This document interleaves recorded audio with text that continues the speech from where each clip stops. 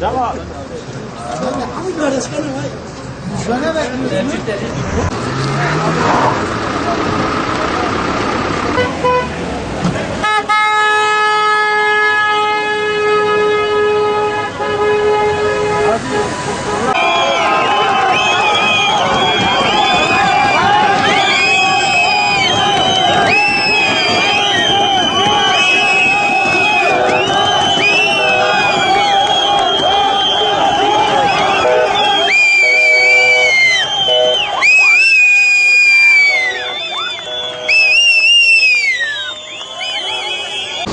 Yok yok.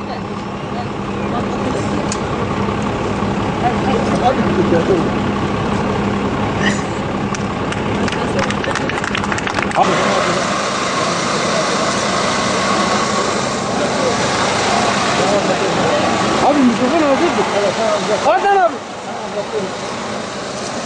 Aldığımız gözaltına aldığımız ilk düzenimiz var. Aksine bir şekilde rehin tutulduğumuzu ama bugün mahkeme aslında çok istemeyerek de olsa, idam hakkını çok istemeyerek de olsa bu kararı vermek zorunda kaldı diyebilirim. Ya da bir yanlıştan dönüldü. Ve bu yeni başlayan süreci bu olumlu atmosferin herkese sirayet etmesini temenni ediyorum. Başkanım yorgunsunuz biliyoruz. Barış süreci yaşanıyor. Barış süreci hakkında bir değerlendirmeniz olacak mı? Kısa bir şey. Yani barış demek ya da barış sürecinde söz edilince heyecanlanmamak mümkün değil. Ve hepimiz coğrafyada yaşayan herkesin temel algısı barışın bir an önce gerçekleşmesi, bir an önce bu vatandaşın durması, herkesin özgür, mutlu bir ortamda yaşamasıdır. Şüphesiz biz yıllardır bunu dile getiriyoruz. Aslında bugün yargılandığımız davada da sadece bunları dile getirdiğimiz için yargılandığımızı orada da sizler de izlediniz. Avukat arkadaşlarımız tane tane dile getirdi.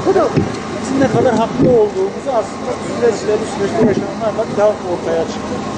Umarım en kısa sürede bu süreç nihai amaca ulaşır. Hepimizle beraber bir şekilde yaşarız. Otobüs bir geçsin.